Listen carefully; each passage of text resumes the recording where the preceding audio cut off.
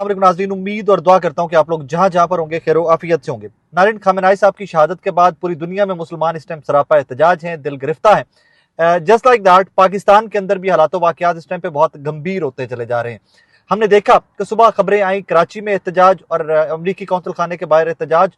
उसकी जानिब में जरा बाद में डिटेल में आता हूं कि उसके ऊपर हुकूमती शख्सियात क्या कह रही हैं और वहां पर जो कार्रवाई हुई है जिसके नतीजे में वहां पर 9-10 लोग जाँ बहक हो गए हैं, उसकी लीगैलिटी की जानिब या उस वाक़े की जानिब में बाद में आता हूं। कहानी जरा इस्लामाबाद की बहुत गंभीर हो गई है।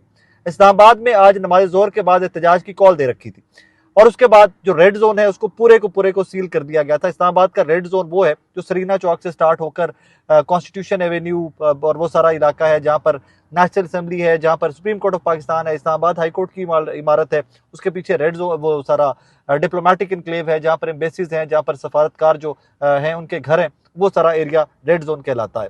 उस सारे एरिया को जाने वाले तमाम रास्ते जो है वो इस्लामाबाद की इंतजामिया की जानिब से सील कर दिए गए थे। डीसी इस्लामाबाद बार बार कहते रहे कि जनाब दफा 144 का नफाज है और इस्लामाबाद पुलिस जो है उन्होंने तमाम तर जो रास्ते थे वहां पर पुलिस की भारी नफरी तैनात करके उन रस्तों को बंद कर दिया हुआ था। अब कहानी कुछ ऐसी होती है कि एम्बेसी रोड के ऊपर जो एहतजाजी मुजाहिरीन है वो वहां पर इकट्ठे होना स्टार्ट होते हैं और पुलिस की बहुत बड़ी नफरी जो है वो वहां पर तैनात थी और वहां से शेलिंग का आगाज कर दिया जाता है। जस्ट लाइक दैट इस टाइम के ऊपर लाहौर प्रेस क्लब जो है वहां पर भी हालात वाकयात बहुत मुख्तलिफ हैं, रूटीन के हालात वाकयात नहीं है। वहां पर भी मुजाहिरीन का एक बहुत बड़ा नंबर बैठा हुआ एहतजाज कर रहा है। But let's come back to Islamabad. Islamabad में राइट नाउ शेलिंग जारी है। शेलिंग के नतीजे में बहुत सारे जो मुजाहिरीन हैं वो जख्मी भी हो गए हैं। मुजाहिरीन की जानिब से पुलिस की गाड़ियों के ऊपर भी पथराव जारी है, लाठियां डंडे उठाए हुए वो भी अपने जो मुजाहिरीन हैं वो भी पुलिस के ऊपर चार्ज कर रहे हैं।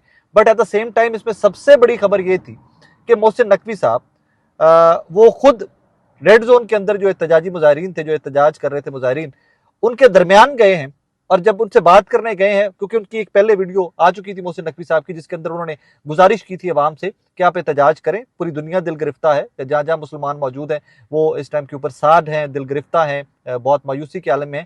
आप लोग एहतजाज करें, एहतजाज आपका हक है लेकिन वॉयलेंट मत हो, कोई भी इस तरह का काम मत कीजिएगा कि जिससे आप कानून हाथ में ले लें। शायद दैट इज द रीजन कि मोहसिन नकवी साहब खुद हमारे जो बहन भाई एहतजाज कर रहे हैं उनके दरमियान गए हैं और वहां पर उनको घेर लिया गया है। वो फुटेज में साथ लगा के आपको दिखा देता हूँ। मोहसिन नकवी साहब को वहां पर घेर लिया गया है। जो गुस्सा था मुजाहिरीन का वो बहुत ज्यादा था, ऑब्वियसली टेम्परेचर बहुत हाई है एट दिस टाइम। फिर उस गुस्से को मल्टीप्लाई बाय 10 कर लीजिए। जो मल्टीप्लाई हुआ है वो गुस्सा वो हुआ है जो कराची में हुआ है। कराची में जो मुजाहिरीन जो प्रोटेस्टर थे जो वहां पर जाबक हुए हैं उसकी वजह से जो इस्लामाबाद या बाकी लाहौर या बाकी पाकिस्तान के मुख्तलिफ हिस्सों में स्कर्दू में या जहां जहां पर एहतजाज कर रहे हैं वो गुस्सा मल्टीप्लाई हो गया है।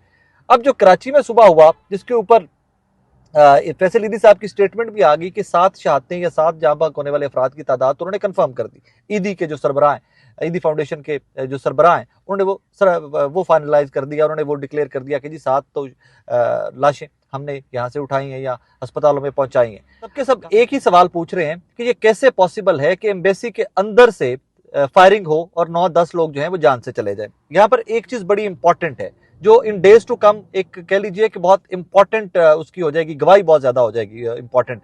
हिना परवेज भट्ट साहब हैं, साबिका एमपी हैं, बल्कि मौजूदा एमपी हैं मुस्लिम लीग नून की। वो लिखती हैं, rumours about the US consulate being burned in Karachi are completely false.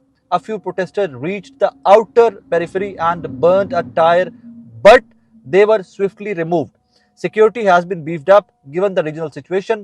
The smoke seen in some videos is from tear gas shells and small fires of tires or wood, not the consulate. Protesters' leadership is engaged to maintain peace. Please avoid spreading unverified claims. 3:04 पे हिना परवेज भट्ट साहिबा ने ये tweet किया था कि जनाब American embassy के बाहर सिक्योरिटी ठीक है, अमेरिकन एम्बेसी के अंदर कोई बंदा नहीं घुसा, किसी को कोई जलाओ गिराओ नहीं वहां पे किया गया, कुछ टायर और कुछ लकड़ी के टुकड़े वहां पर जलाए गए, कुछ टीयर गैस का इस्तेमाल किया गया।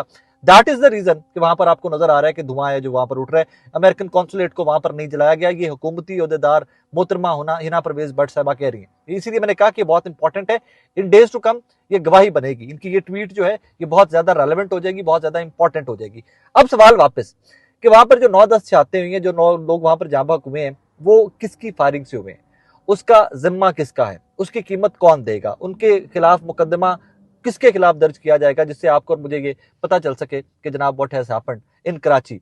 अब इसी सर्कमस्टांसिस को, इन्हीं हालातों वाकयात को देखते हुए वापस आज ये लाहौर पे, इस्लामाबाद पे, कराची पे, स्कर्दू पे, तकरीबन पाकिस्तान के हर बड़े शहर में इस टाइम के ऊपर मुजाहरे जारी हैं। सवाल एक है और जवाब भी ये है कि जनाब ये जो मुजाहरीन हैं पुरअमन रहना चाहिए। और एक सवाल तो जो कराची वाला है, जो बार बार आपको मुझे पूछना है कि उससे पहले सिक्योरिटी कहाँ पे थी, काउंसिल जनरल तक ये, काउंसिल खाने तक ये पहुंच कैसे गए, प्रोटेस्टर्स की, मुजाहरीन कैसे उतनी उनको एक्सेस मिल गई कि वो वहां तक पहुंचकर उन्होंने टायर जला दिया और आगे से फायर खुलता है और लोग जा भाग हो जाते हैं। ये सवाल बार बार आप और मैं दोहराते रहेंगे। अब एक चीज जिसके ऊपर मैं आपसे गुजारिश भी करना चाहूंगा, एहतजाज आपका मेरा हम सबका हक है। व्हाट हैपेंड इन ईरान, उसमें पाकिस्तान का कोई रोल नहीं है। पाकिस्तान ने ईरान की इखलाकी तौर के ऊपर, सफारती तौर के ऊपर पूरी मदद की है और उसका इदराक या उसका एतराफ़ कल ईरान ने यूनाइटेड नेशन के अंदर भी किया है। पाकिस्तान वाहिद इस्लामी मुल्क था जो खुल खुला के ईरान के साथ खड़ा हुआ था। हाँ, एक्सपेक्टेशंस आपकी और मेरी बहुत ज़्यादा हाई हो सकती हैं अपनी हुकूमतों से, हुकूमत वक्त से, कि हम इससे बहुत ज़्यादा कर सकते थे, वो एक्सपेक्टेशंस हैं, लेकिन realities of life are different.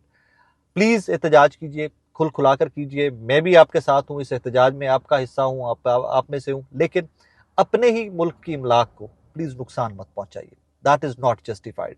फिर हम मौका देते हैं मौजूदा रजीम को, मौका देते हैं हुकूमत को कि वो टीयर गैस भी बरसाए, वो टॉर्चर भी करे, वो ताकत का इस्तेमाल भी करे, तो फिर वो हालात वाक़यात जो हैं वो बहुत आउट ऑफ कंट्रोल या रीच से बाहर हो जाते हैं।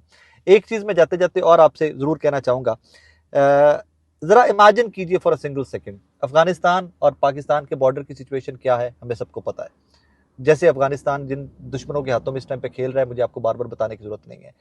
इंडिया और पाकिस्तान के हालातों वाकयात 47 से आज 2026 तक कैसे हैं, मुझे आपको बार बार बताने की जरूरत नहीं है। यहाँ पर एक चीज़ है जिसके ऊपर आपको और मुझे बहुत ज़्यादा सोचने की अब ज़रूरत है, वो है कि अगर इसराइल या कोई और ऐसा मुल्क आके ईरान में बैठ जाता है और जो ईरान के मौजूदा हालात हैं उनसे फ़ायदा उठाते हुए वहाँ पर रिजीम चेंज समहाउ हो जाता है, तो पाकिस्तान का बलूचिस्तान वाला बॉर्डर, ईरान वाला बॉर्डर, ये सारी विसिनिटी, ये सारा इलाका, और फिर उसके बाद पाकिस्तान की पिक्चर कैसी होगी, ये मुझे आपको बताने की ज़रूरत नहीं है। उसकी एक वजह है कि इसराइली साबिका एक वज़ीर आज़म 17 फरवरी या 16 फरवरी को वो एक जगह पे खिताब करते हुए जो फरमा रहे थे कि ईरान वाली कहानी ज़रा साइड पे, तो उसके बाद जो तुर्किया है, ये असर और रसूख बढ़ाता जा रहा है, और उसके बाद ये जो बाकी जो गल्फ स्टेट्स के ऊपर अपना असर और रसूख बढ़ाता जा रहा है हमें सर्कल करने के लिए, उस पर भी बाद में देखा जाएगा। सो चीज़ें बहुत मुख्तलिफ हैं, जो आपको मुझे जिस तरह नज़र आती हैं उतनी सिंपल नहीं है, बहुत कॉम्प्लेक्स हैं। और Pakistan as a matter of fact पहली दफ़ा हमारी ज़िंदगियों के अंदर पाकिस्तान वाकई बहुत बहुत नाजुक दौर से गुजर रहा है।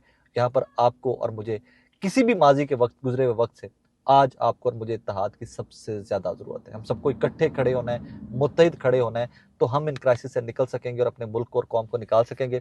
और ये जो शरंगेज़ी हो रही है, जहाँ जहाँ पर आपको नज़र आ रहा है कि जलाओ, घिराओ और पथराव हो रहा है, इसमें यकीन माने ये आपके और मेरे मुल्क के कहीं पर भी फ़ायदे में नहीं है। ये जो बैरूनी ताकतें हैं जो पाकिस्तान को डिस्टेबलाइज़ करना चाहती हैं, हम उनके एजेंडा को तो तक़वियत इससे दे सकते हैं। हम किसी भी तरह से अपने ईरानी बहन भाइयों की मदद नहीं कर रहे, हम ईरानी बहन भाइयों की कोई सपोर्ट नहीं कर रहे इखलाकी तौर पे भी। और फिर जब खुद अपने ही हालातों वाक़यात मुल्क के अंदर डिस्टेबलाइज़ कर देंगे, तो हम बाहर की किसी भी बहन भाई की मदद कैसे कर सकेंगे। अपना ख्याल रखिएगा, दुआ में याद रखिएगा। अल्लाह हाफ़िज़।